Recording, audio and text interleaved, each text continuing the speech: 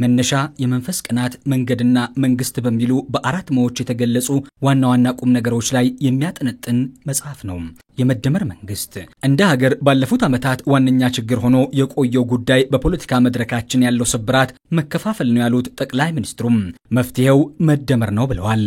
የኢትዮጵያ ፖለቲካል ችግር ስብራት ዋነኛው ጉዳይ የጥላቶቻችን አጀንዳ ነው። ይሄ መለያየት ነው። ዘር፣ ሃይማኖት፣ ጾታ፣ ሰፈር፣ መንደር እየተባለ መለየት ነው።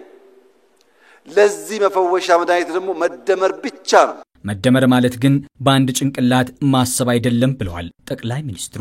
ምንደመረው በአንድ ጭንቅላት ለማሰብ አይደለም፣ ስለ አንድ ሀገር ለማሰብ ነው። የምንደመረው በአንድ አዳራሽ ተወያይተን በዚያው አዳራሽ ሐሳብ ለመቋጨት ብቻ አይደለም። ከአዳራሽ ውጪ የሚንሸራሸሩ ሐሳቦች ካሉ ለማድመጥ ዝግጁ በመሆን ጭምር ነው። የመደመር መንግስት መጽሐፍ በተቻለ መጠን ኢትዮጵያውያንን በጋራ ራዕይ ላይ መሰብሰብ ያስፈልጋል ብሎ የሚያምን ነው።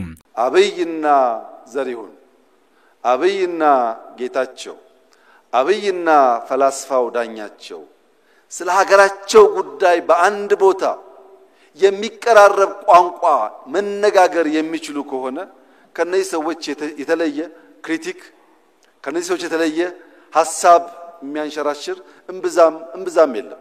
ባለፉት ዘመናት እንደ ሀገር ከፍተኛ የስነልቦና ስብራት ማጋጠሙን በንግግራቸው ያነሱት ጠቅላይ ሚኒስትሩ ነገር ግን ኢትዮጵያን ከዘጋት በርና ደሃ ካስባላት መጠሪያዋ መገላገል አለባት ብለን ስለምናምን በየትኛውም መንገድ ከኢትዮጵያ ጋር በሰላማዊ መንገድ ለመነጋገር የሚፈቅድ ካለ እጃችን ከምንጊዜውም በላይ የተዘረጋ ነው ሲሉ የመንግስታቸውን አቋም በድጋሚ ይፋ አድርገዋል።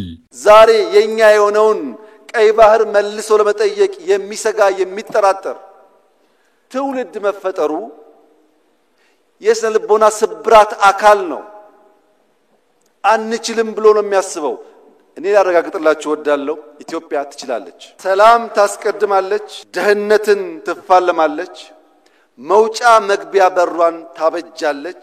ይህ አይቀሬ ጉዳይ መሆኑን ተገንዝበው ወንድም እህቶቻችን በፈጠነ ጊዜ ለድርድር ራሳቸውን ዝግጁ እንዲያደርጉ ማድረግ ነው። አራተኛው የመደመር መንግስት መጽሐፍ የሚያጠነጥንበት ጉዳይ መንግስት የሚለው ሐሳብ ነው። መንግስት ማለት በዓለም ላይ ከተፈጠሩ ነገሮች ሁሉ የሚበልጠው ትልቁ ፈጠራ ነው የሚሉት ጠቅላይ ሚኒስትሩ በዋነኛነት መንግስት አስፈላጊ የሚሆንበት ምክንያትም ዛሬ ላይ ሆኖ ነገን መተለም ብሎም ነገ ላይ ሆኖ ዛሬን መረዳት በመቻሉ መሆኑን አንስተዋል። የመደመር መንግስት ሲጠቀለል የሚያነሳው ዛሬ ላይ ሆኜ ነገን ነገ ላይ ሆኜ ዛሬን በምልልስ በምናብ እየቃኘው እየተጋውና እየሰራው ለልጆቼ የተሻለ ዓለም መፍጠር እችላለሁ ብሎ ያምናል።